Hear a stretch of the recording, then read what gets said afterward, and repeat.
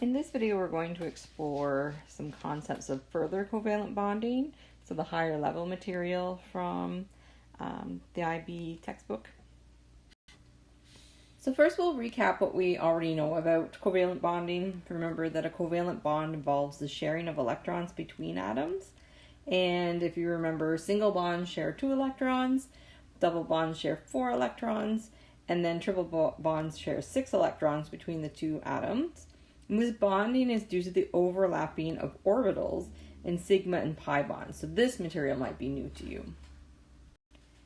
So sigma bonds involve the direct overlap of orbitals. So all covalent bonds have one sigma bond. That will be the ones that are directly overlapping one another. If there are double or triple bonds, there will be pi bonds in addition to the sigma bond.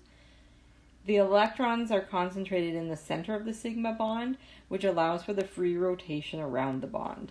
So this is an example of the overlap of 2 s orbitals.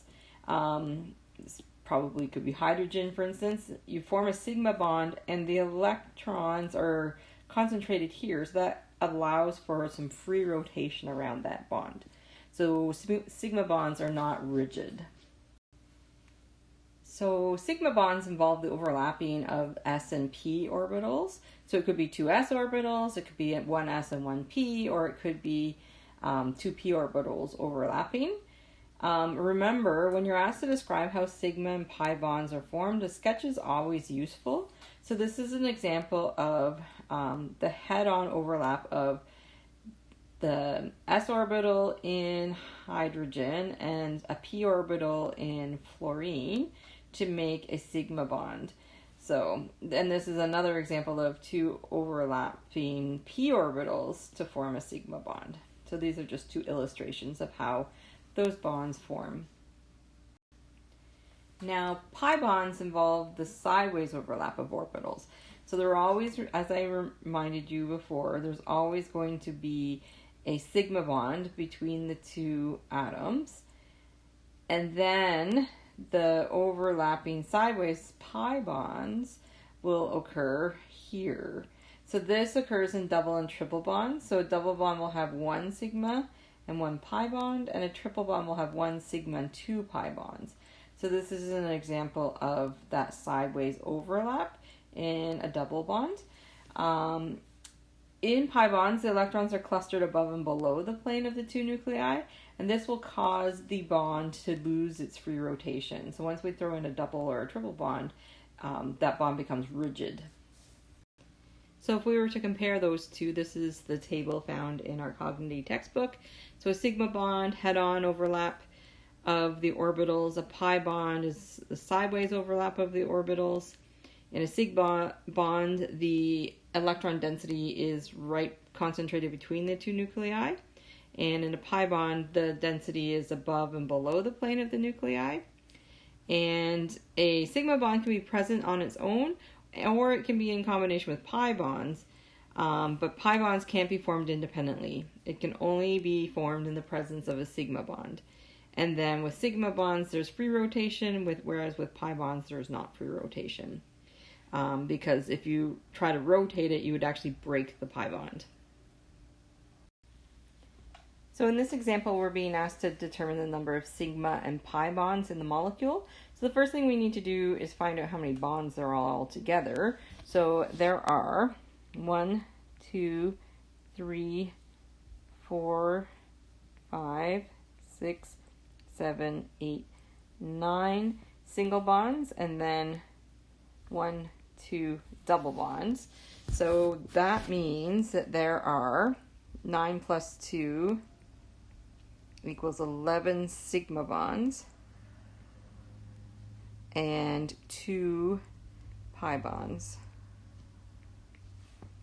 So there's 11 sigma and 2 pi bonds in this molecule. So delocalized pi electrons are ones that are shared between more than 2 nuclei. So they're not the same as delocalized electrons that are found in metals. That's a totally different thing. So these delocalized pi electrons are found in resonance structures, polyatomic ions, and molecules that have more than one possible Lewis structure. So remember, that's what defines the resonance structure. And some examples that you need to know are carbonate, ethanoate, and benzene. So in carbonate, there's a central carbon atom, and it's surrounded by 3 oxygens. And it gives the ion a trigonal planar shape. There are 3 sigma bonds, and these ones are made by the direct overlap of the orbitals. And then 1 carbon and oxygen forms a pi bond through the sideways overlap of their p orbitals. And then the remaining electrons in the p orbitals of the other 2 oxygen become delocalized pi electrons, and they spread out over all 3 bonding positions, and we represent that by these dashed lines that you can see in the resonance structure. So this lowers the energy of the ion.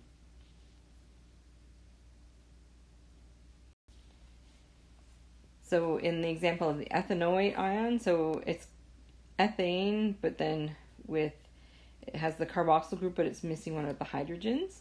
So this is the ethanoate ion and not ethanoic acid. Don't mistake it. So in this example, the delocalized pi electrons are only here on the carboxyl portion. This delocalization doesn't happen in ethanoic acid because there's that additional hydrogen bonded here. So it's not an ion anymore. Now, the 2 resonance structures are shown here in this top image, but we draw a resonance hybrid structure here, and this is where the delocalized pi electrons, so they'll be divided and shared amongst the 2 oxygens. And then finally for benzene, each of the 6 carbons is bonded to 2 other carbons and a hydrogen. So, and they're arranged in a trigonal planar arrangement. The carbon atoms are sp2 hybridized, so each of them will have an unhybridized p orbital. We'll talk more about hybridization in another video. So the 6 electrons in the unhybridized p orbitals form a delocalized pi system, both above and below the plane of the benzene. So we draw the hexagon, and then this is this delocalized pi system found above and below the plane of the molecule. So now we'll talk about formal charge. So in resonance structures, we can calculate the formal charge on each of the atoms and determine which structure will be favored. So the way you calculate the formal charge is equal to the number of valence electrons minus half the number of the bonding electrons minus the number of non-bonding electrons. So, or Fc equals V for valence electrons minus half of B minus L, so bonding electrons and non-bonding electrons. Note, you have to find the formal charge on all the atoms in the molecule, and then the arrangement that has the formal charge that's closest to 0 will be the one that will get favored. So in our first example, we have the following 2 resonance structures for carbon dioxide. So first we'll take a look at the Lewis structure on the left, find out what the formal charge for it is for each of the atoms, and then we'll do the same for the structure on the right. So we'll take a look at the carbon first. So I'll switch over to drawing. So on the carbon, we have 8 bonding electrons, so 2, 4, 6, 8. And we also have, on carbon, 0 lone pairs of electrons. So the formal charge is equal to the valence electron. So carbon, remember, has 4 valence electrons minus half of the bonding electrons, so half of 8 minus 0. So that's equal to 0. Now we'll look at the first oxygen, so the one on the left. So I'm just going to call it O number 1. We have 4 bonding electrons, and we have 4 lone pairs of electrons. So the formal charge is going to be equal to the valence electron, so that's 6, minus half of the bonding electron, so half of 4, minus 4. So that is also equal to 0. And then we'll do the same thing for O2, the second oxygen, which is exactly the same. So it's 4 bonding electrons, 4 lone pairs, or 4 lone electrons. So formal charge is equal to 6 minus half of 4 minus 4, and that's equal to 0. Now we'll take a look at the Lewis structure on the right. So on our carbon, we have still 8 bonding electrons and 0 lone pairs.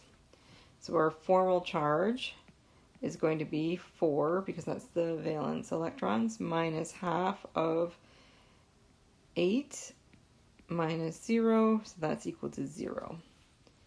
On oxygen number 1,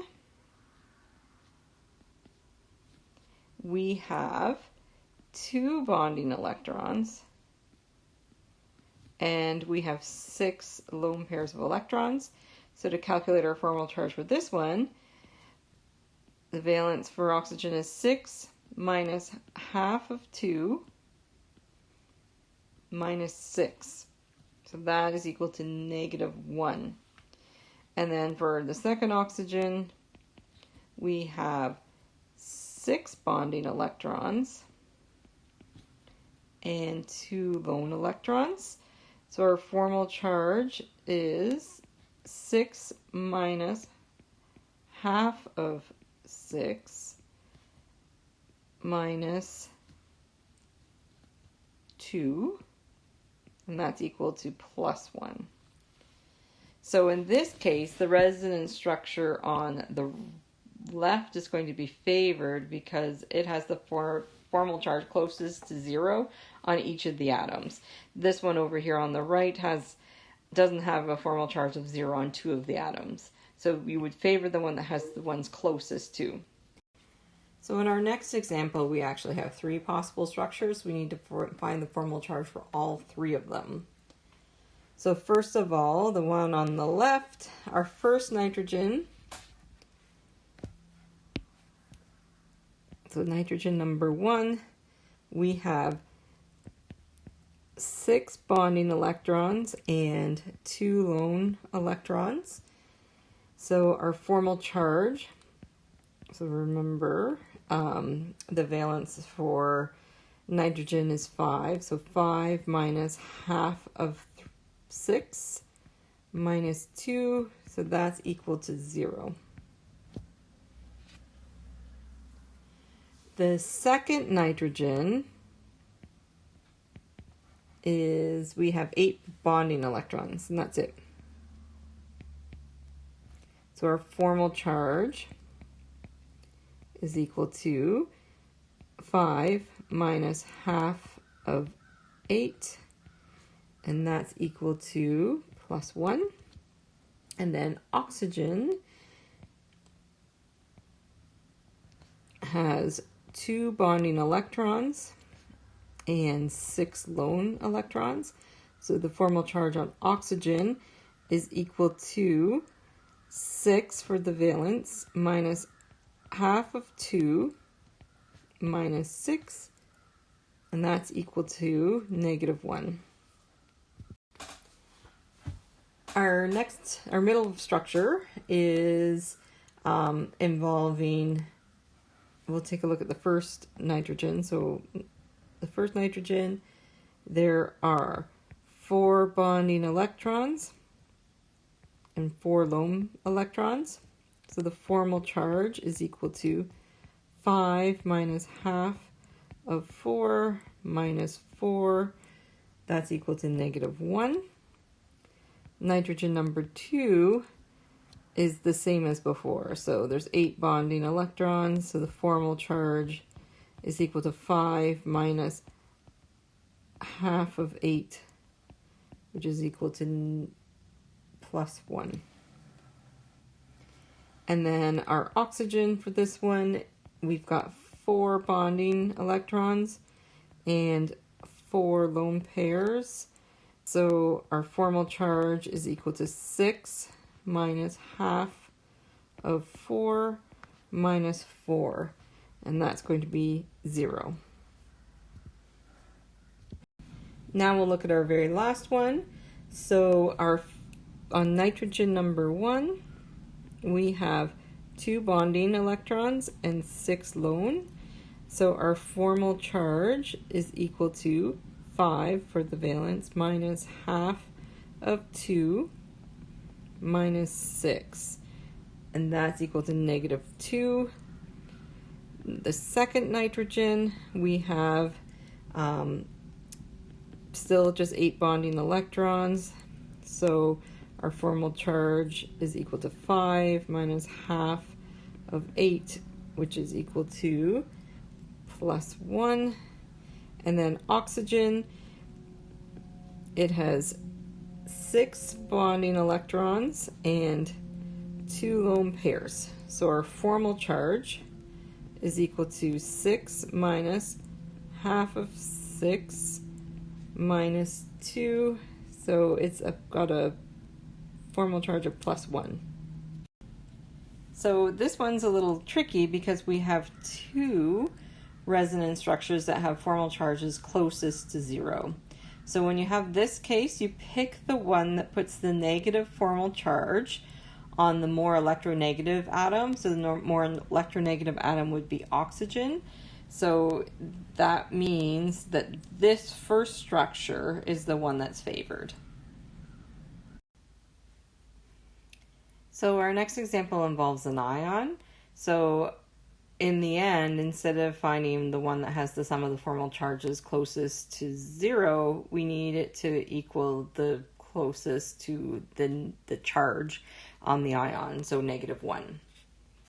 So for the first one, for nitrogen, we have 6 bonding electrons and 2 lone. So our formal charge on it is equal to 5 for the valence minus half of 6 minus 2, so that's equal to 0. For carbon, we just have 8 bonding electrons. So our formal charge is equal to 4 minus half of 8. So that's just equal to 0. And then for sulfur, we have 2 bonding electrons and 6 lone electrons. So our formal charge for sulfur, the valence is 6 minus half of 2 minus 6, so that's equal to negative 1. So now we'll look at the second one. So for nitrogen, we have 4 bonding electrons and 4 lone electrons. So our formal charge is equal to 5 minus half of 4 minus 4. So that's equal to negative 1. For carbon, it's still 8 bonding. So our formal charge is equal to 4 minus half of 8 equals 0. And then for sulfur, we have 4 bonding and 4 lone. So our formal charge is equal to 6 minus half of 4 minus 4, which is equal to 0. So now we'll look at the third structure. So for nitrogen, we have 2 bonding and 6 lone electrons. So the formal charge is equal to 5 minus half of 2 minus 6. So overall it's a negative 2 charge. Carbon, we have 8 bonding electrons. And the formal charge is equal to 4 minus half of 8, which is equal to 0. And finally sulfur, we have 6 bonding electrons and 2 lone. So the formal charge is equal to 6 minus half of 6 minus 2, so that's equal to plus 1. So once again, because this is an ion, the sum of the formal charges has to equal -1. And there's 2 resonance structures where the sum will equal -1, the first one and the middle one. So the same thing we have to do. We have to pick the one with the negative charge on the most electronegative atom. So that's nitrogen. So it would be the middle structure right here that would be favored because the nitrogen has a -1 charge. As we outlined when we were learning about resonance structures, they're represented by resonance hybrid structures. So the hybrid structure is more stable than the individual resonance structures, and the difference in energy between the most stable resonance structure and the hybrid structure is called the resonance energy. So the resonance hybrid structure will have a lower energy than the individual resonance structures. So when elements are in period 3 and higher, they can actually have expanded octets due to the presence of the d orbitals. For example, sulfur can expand its octet to accommodate 12 electrons. And the figure at right here shows all the possible resonance structures for the sulfate ion. So there's a lot. You don't have to be able to draw them all. You just need to realize that there are implications to these expanded octets. And the implication is that the geometry will change. So because there is expanded octet, some molecules will have 5 or 6 electron domains instead of the maximum 4 that we learned before. So this will cause an expansion of geometric shapes. So we can end up with trigonal bipyramidal, which is these ones, and octahedral domains, shapes for 5 and 6 electron domains. So there are a variety of different shapes that we can take with octahedral. So sulfur hexafluoride will form an octahedral shape, and there will be 90-degree and 180-degree angles between the atoms. Bromine pentafluoride has a lone pair of electrons, so that will change the shape to square pyramidal with bond angles of less than 90 degrees. Xenon tetrafluoride has 2 lone pairs of electrons, so it actually forms a square planar shape with 90-degree angles. So there's that one. When we look at trigonal bipyramidal arrangements, so phosphorus pentachloride forms that traditional trigonal bipyramidal shape with bond angles of 90 and 120 degrees each. Sulfur tetrafluoride forms what's called a seesaw shape, and it has angles of less than 120 degrees and of 90 degrees. So this lone pair of electrons causes some repulsion and gives it this weird seesaw shape. Bromine trifluoride, right here, bromine has 2 lone pairs of electrons. So it actually pushes the fluorines down and you end up with a T shape. And then the triiodide ion forms a linear shape with angles of 180 degrees, as you can see there. So now we're going to take a look at ozone. So ozone has 3 oxygen atoms and it's bonded into a V shape. And the central oxygen has 3 electron domains. So 2 bonding right here, and then 1 non-bonding electron domain with that lone pair of electrons. So it gives this a bond angle of 116 degrees. And the delocalized pi electrons spread across all the bonds, making a hybrid structure, like here. Ozone is polar because of the difference in the formal charge between the atoms.